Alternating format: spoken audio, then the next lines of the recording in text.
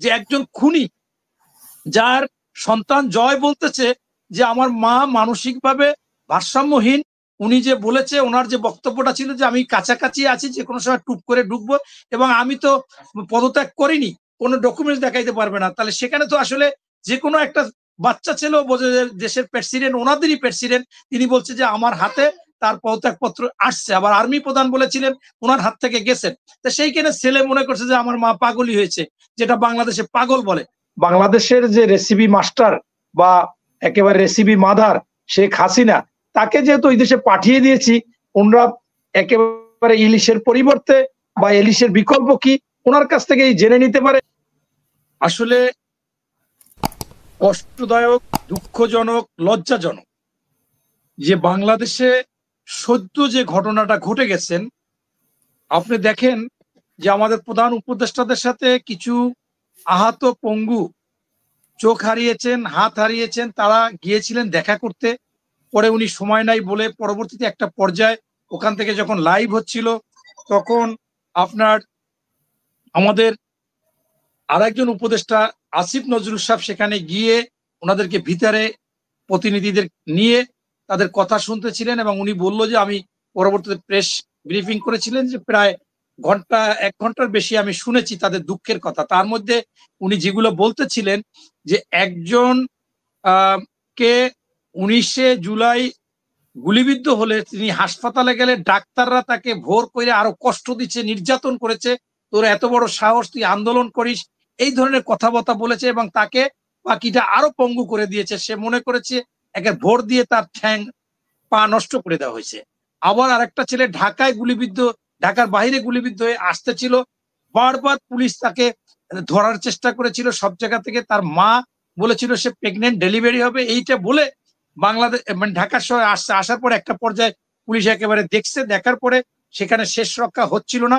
ইতিমধ্যে ওদের ভাগ্য ভালো যে একটা আর্মির গাড়ি আসলে তাদেরকে নিয়ে আসে।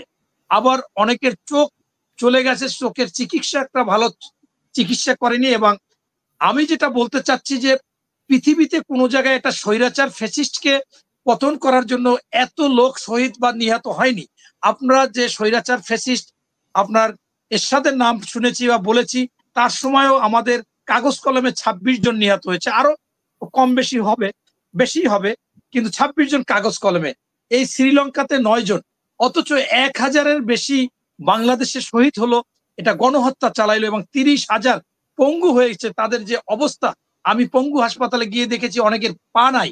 আমি আমি 5-6 জনের ছবি তুলেছিলাম এক জায়গায়, যে 5-6 জনের পা নাই, একটা একটা পা। কি নির্মমতা! এর আগে গণহত্যা করেছে, হেফাজতের উপর গণহত্যা করেছে, পিলখানায় আর্মিদের উপরে, এরপর গণহত্যা করলো এই ছাত্র জনতা। এছাড়া 16 বছর গুম, খুন, হত্যা, এটা সে করেই গেছে। এরপরে সেই ভারত, যেখানে আমরা শুনেছি যে ভারতের সাথে 2013 সালে বন্দি চুক্তি বা এই যারা অপরাধী যাবে তাদেরকে প্রত্যাবর্তন করাবেন, এই জিনিসগুলো আমরা দেখেছি, এবং আইনে আছে যে যদি তাদের কারো লাল পাসপোর্ট বাতিল করা হয় তাহলে তাকে 45 দিন সর্বোচ্চ তাকে রাখতে পারবে। সেই ব্যাপারে তারা ইনিয়ে বিনিয়ে বলে যে যুক্তরাজ্যে তাদেরকে তিনি চেয়েছে, দিচ্ছে না, খবর আসে নাই, তারা রিফিউজ করেছে, অন্য কিছু হতে পারে, অথচ তারা রাখতেছে। এখন কেন বললাম যে একজন খুনি যার সন্তান জয় বলতেছে যে আমার মা মানসিকভাবে ভারসাম্যহীন, উনি যে বলেছে, ওনার যে বক্তব্যটা ছিল যে আমি কাছাকাছি আছি, যে কোনো সময় টুপ করে ঢুকবো, এবং আমি তো পদত্যাগ করিনি, কোনো ডকুমেন্টস দেখাইতে পারবে না। তাহলে সেখানে তো আসলে যে কোনো একটা বাচ্চা ছেলেও বোঝে যে দেশের প্রেসিডেন্ট, ওনাদেরই প্রেসিডেন্ট, তিনি বলছে যে আমার হাতে তার পদত্যাগপত্র আসছে। আবার আর্মি প্রধান বলেছিলেন ওনার হাত থেকে গেছেন। তো সেইখানে ছেলে মনে করছে যে আমার মা পাগলই হয়েছে, যেটা বাংলাদেশে পাগল বলে। তো সেই যে পাগল হয়ে বিভিন্ন কথা বলতেছে, তাকে আজকে ভারত আশ্রয় প্রশ্রয় দিচ্ছে। সেই ভারতে এই শেখ হাসিনা মাত্র 500 টন,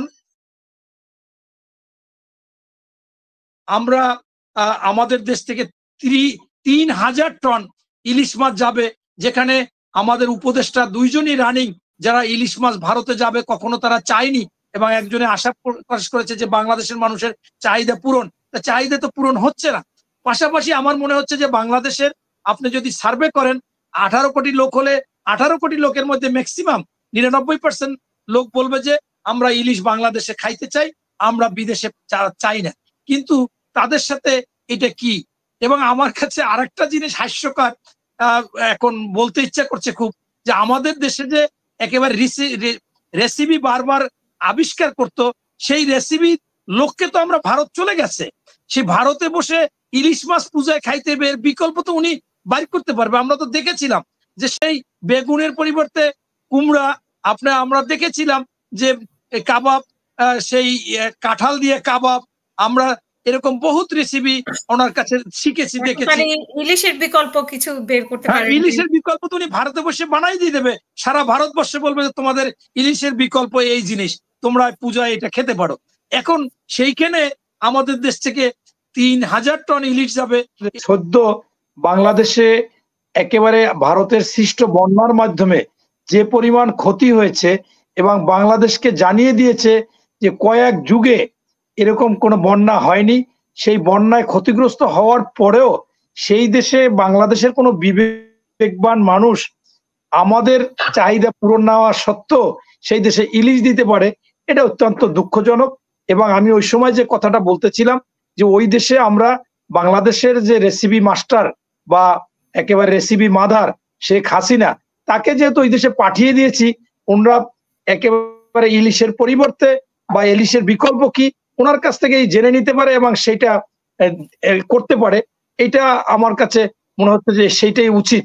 এবং এত বছর এই ভারতের সাহসে এই শেখ হাসিনা বাংলাদেশের সাহস দেখিয়েছে, ভারতের আজ্ঞাবহ হয়ে এই দেশে ক্ষমতায় ছিল, এবং এই বাংলাদেশের মানুষকে শেখ হাসিনা বিভিন্ন সময় বিভিন্ন ফর্মুলা দিচ্ছে। এই ফর্মুলা এখন ভারতে বসে ভারতকে দিক, সেটাই উত্তম হবে।